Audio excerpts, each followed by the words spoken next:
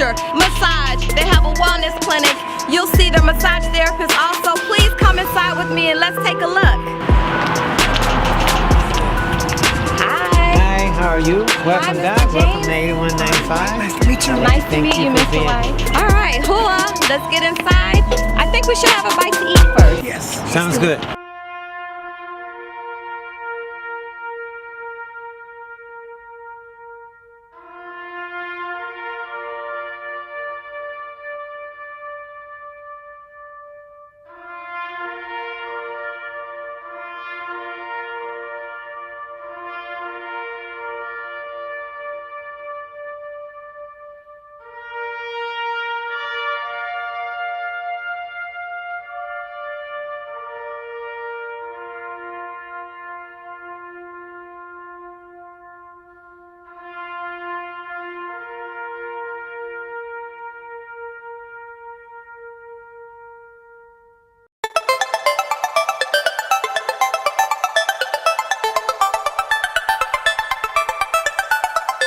Fellowship over food is the best way to show others you care.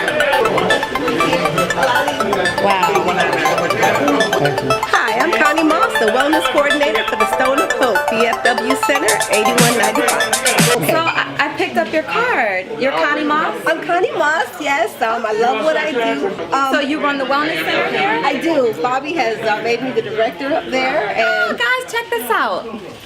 I'm very excited to be here to serve the veterans because I'm a veteran myself.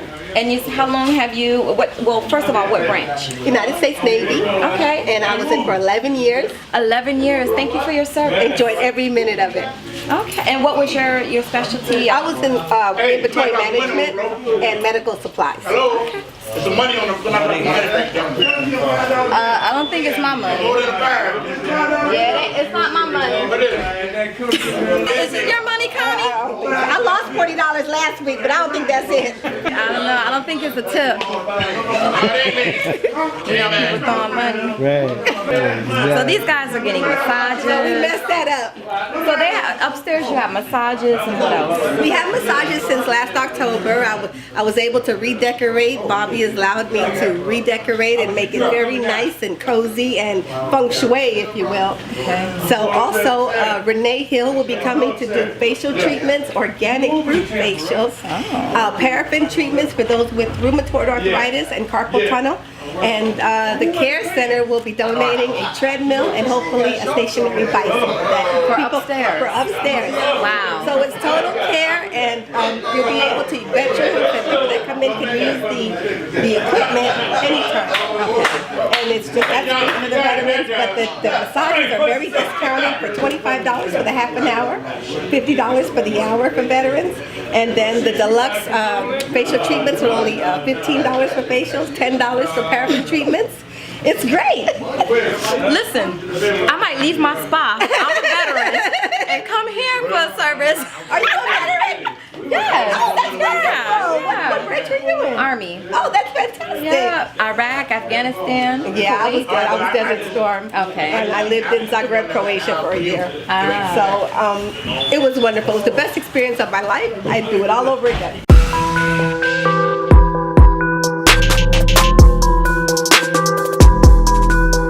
Good evening. I'm Delvena Thomas. I'm Dr. Thomas. I am a board certified psychiatrist. I have a private practice in Fort Lauderdale right off of Sterling Road. We actually have a practice where we provide medication management, psychotherapy. We have a psychologist, 3 licensed clinical social workers, a marriage and family therapist, also some psychiatric nurse practitioners, so they help me with the medication management. We have a PA, or a physician assistant, and we also have an art therapist, so we do groups where you draw and you do some painting. And then we have a separate office on the first floor, sort of similar to this, where we have a wellness spa where we do acupuncture, we have a massage therapist, we do facials, we also have like a weight loss program with a wellness coach. A little bit about myself. I'm actually from Maryland. I was an Army brat. So my father was in the Army, enlisted. I was born in Fort Riley, Kansas, traveled around with my mother and my father. He decided to retire in Maryland after he was stationed at Aberdeen Proving Grounds.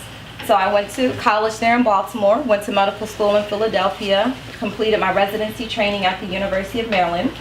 Right at the end of my 4th year of medical school, I was approached by a healthcare recruiter in 2003 for the Army. She explained that we were at war in the Middle East, which of course I knew that.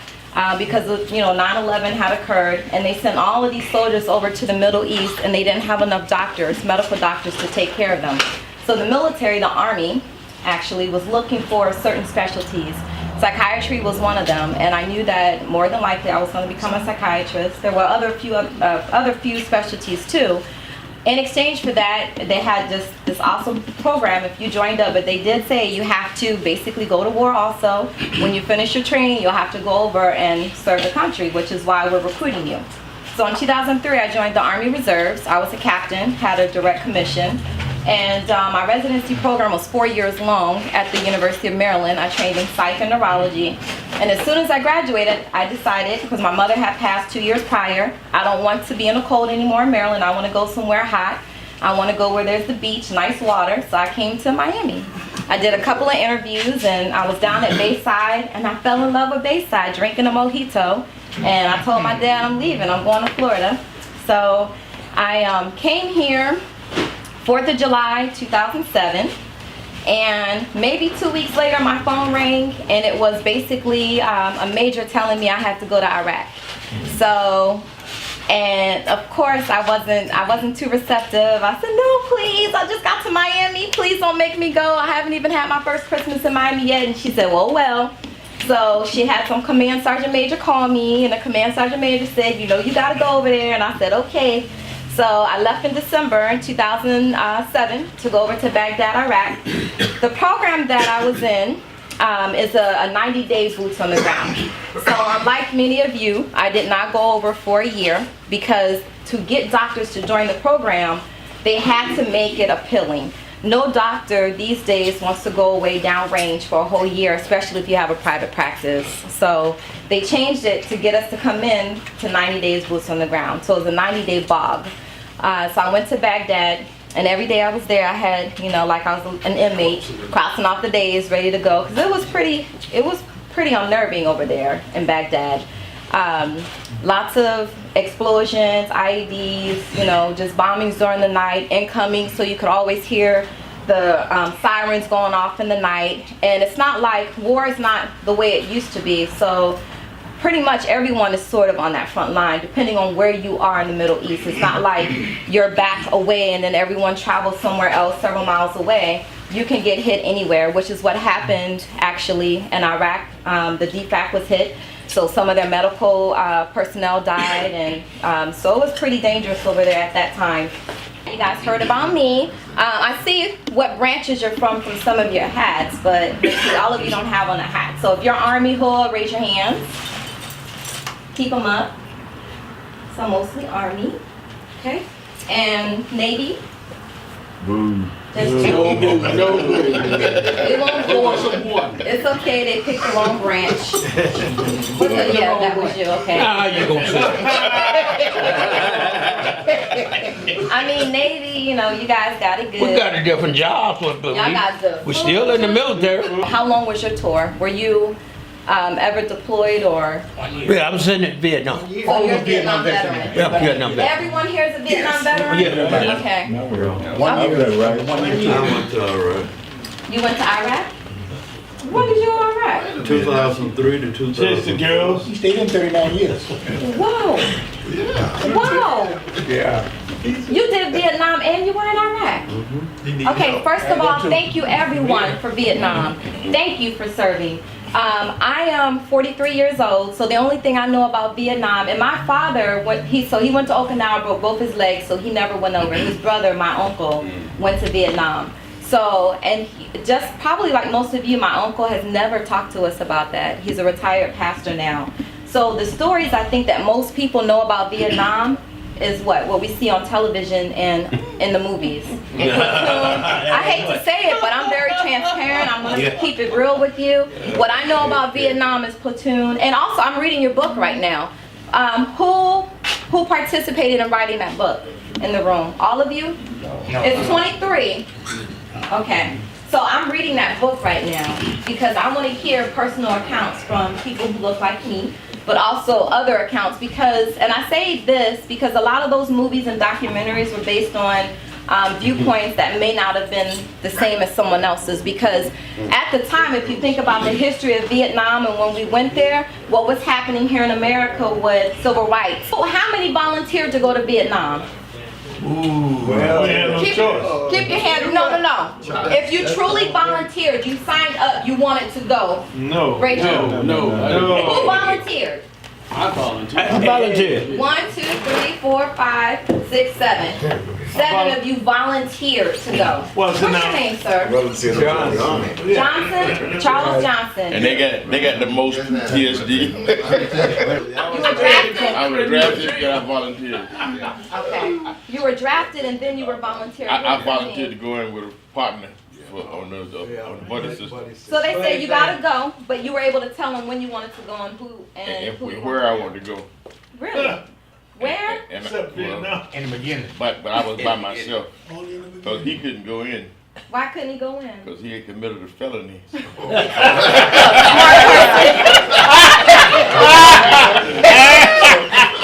Raise your hands again. I'm sorry if you were drafted. Now, as a little girl watching these movies and as an adult about Vietnam, I felt like being drafted would be traumatic to me. If I had a son at the time who was drafted as a mother, that would be something traumatic to me. That my child is being taken away from me and going over to fight a war that maybe we don't even agree with. You know, in reading your book, the background information in the introduction about how France was at war with Vietnam, and then how the United States stepped in and decided they were going to give France. So yeah, that was really good information for me because I think I missed that in history class, or at least I don't recall it. When we were in Vietnam, Wow. there was no telephones. There was no computers. We were just there. The only thing we had was a letter every blue moon. And then you see your buddy get a Dear John letter. That's all we had. Couldn't call nobody, we couldn't talk to nobody. That was it. You got a letter too. We They had all the brothers, though. They had the music. I would use that during my deployments to redirect some of the young guys, because a lot of times some of the young soldiers would come in, they got those Dear John letters, emails, texts, right? Because over there you can have cell phones, people can text you.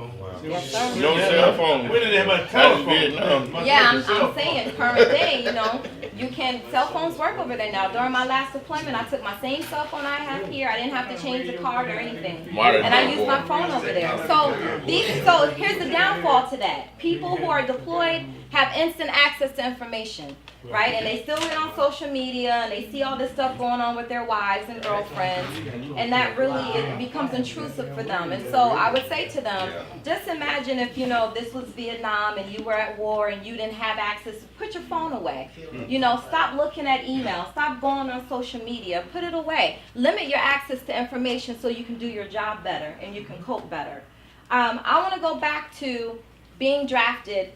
We're talking about PTSD, post-traumatic stress disorder. And so PTSD doesn't start, and the reason why I wanted to make this distinction is because PTSD doesn't start from the time that your boots are on the ground. In my opinion, my clinical opinion, PTSD starts from the time that you get that letter that you have to go or you'll be sent to prison. Yeah. I Yes, always sir. tell people I had pre-PTSD, and that was before I went into the Air Force, running from the Army and the Marines. You know, I was already, you know, because I had friends that had already went to Vietnam and were already killed, you know. And here I'm about to get drafted, so. Wow. Has the VA recognized it? 50%. Good. Okay. Wait, you're shaking your head no. I haven't went and got checked for PTSD. You went to Vietnam? Yes. Okay. You need to go get checked. You went to Vietnam, I think you need to go and get your service-connected PTSD designation. I think anyone who went to Vietnam should be assigned PTSD. But PTSD doesn't just include anxiety, it also includes mood symptoms like sadness, depression, irritability, getting angry for no reason at all. Of course, you heard about hyperstartle, like if you hear a loud noise, you jump. Reliving, meaning... Divorce. You said getting divorced. got nothing else to do. Yeah. The intrusive thoughts, having thoughts about that trauma that happened. And guess what most men don't know about can occur with PTSD. Now, the Army has done a lot of research for different ailments and illnesses, more than probably the Navy and the Air Force. So the Army did these studies, and I shared this with some of the soldiers downrange when I was deployed.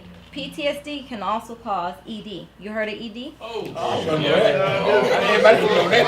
Everybody know Everybody knows Everybody. what? The ED, erectile dysfunction. So, and I had patients who were young men, not that they were sexually active overseas, but before they got deployed, they had problems at home because they had low libido, low sex drive, and or they had issues with an erection, achieving erection and maintaining an erection.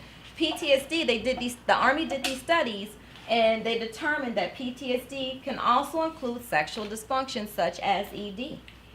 Because think about it, if you're always on edge, if you're irritable and stuff like that, does that make for good sex? No. Not at all. You can't remember my name. Dr. T said I have PTSD. That rhymed, didn't it? Dr. T said I have PTSD.